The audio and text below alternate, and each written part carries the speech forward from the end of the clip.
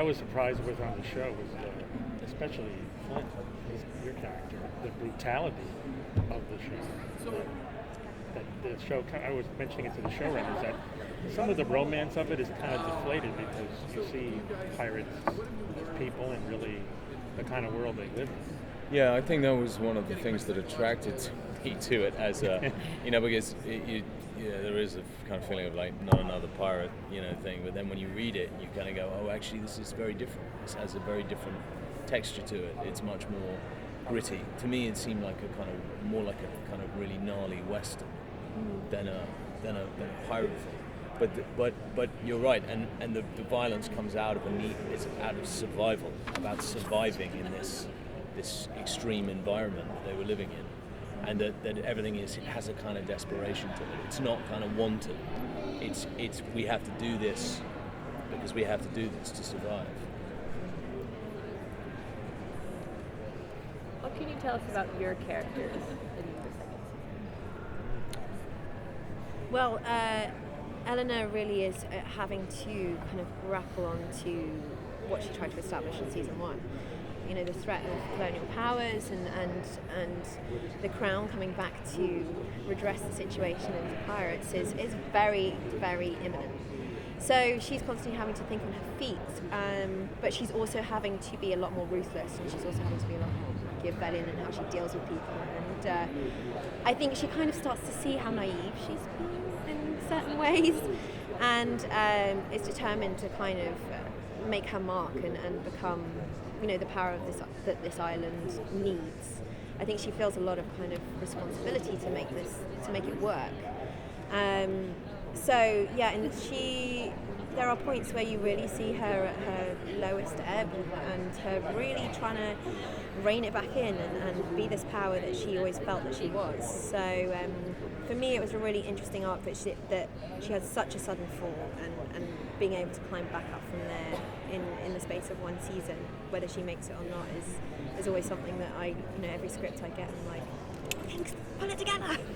You'll be all right. But yeah, so that's really where Eleanor is at this point in time. For Flint, it's more about how to make Nassau, how to make Nassau a going concern, where it's not threatened by England anymore, that it can survive on its own.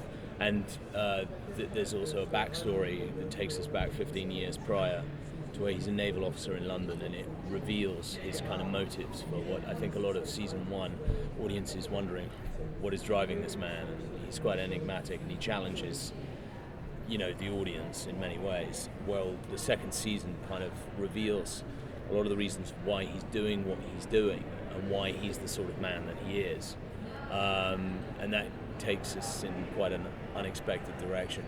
But also that informs the way he finds a way to try and free Nassau and try and make it a going concern. And so that story kind of interlinks with the present, the past and the present.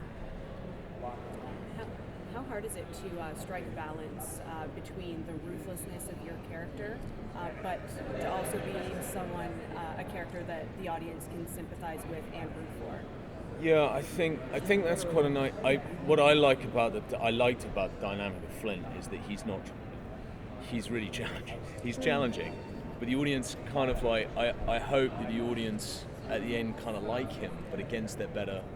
Kind of go, I like you, but I don't know why you're doing all these things. There's something that's quite intriguing about him, and that there's got to be something more than just being. He's not just a violent man. There's something underneath it that's driving it, and that is explained to a certain extent in the second series. So that'll, hopefully answer a lot of people's questions. But I really enjoy that dynamic of playing somebody that is kind of rubs the audience up slightly, but they still like him. I think there's a sort of history now of characters who are like that, the sort of anti-heroic part. I think he stands in his own, Flint is his own kind of guy. He's not imitating anybody else, but it's a fun dynamic to play. I quite like it.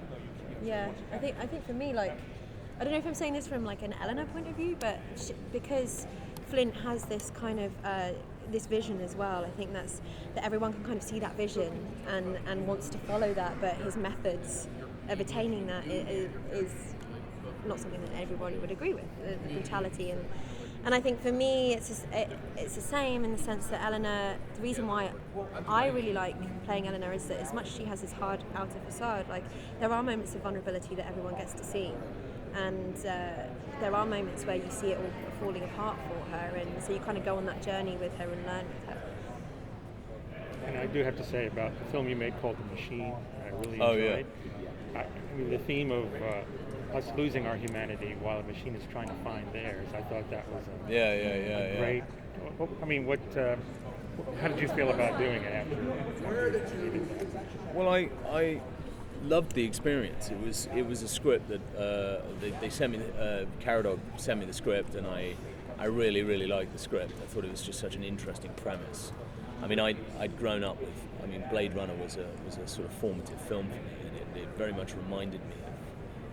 It had a feel for that film, just on a much smaller scale, and I just like the idea of human consciousness. You know, like when a machine has consciousness, what does that make it? Does it make it human? Does it make it a machine? It's neither, but yet it isn't just a machine anymore. And how do we treat that? And what is that? This is something that we're going to have to address at some point, and something that's going to make our future a very, very weird and interesting place. Yes, they're related. I posed this question to Jessica earlier, but I had a lot of fans ask questions about the relationship between Eleanor and Max. So what's your take on where it's going now?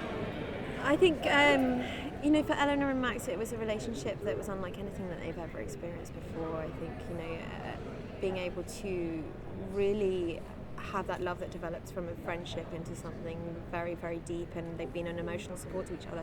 The fact that they no longer have each other as an emotional support means that they have to develop as women themselves and try and place themselves within this very masculine world as sole entities.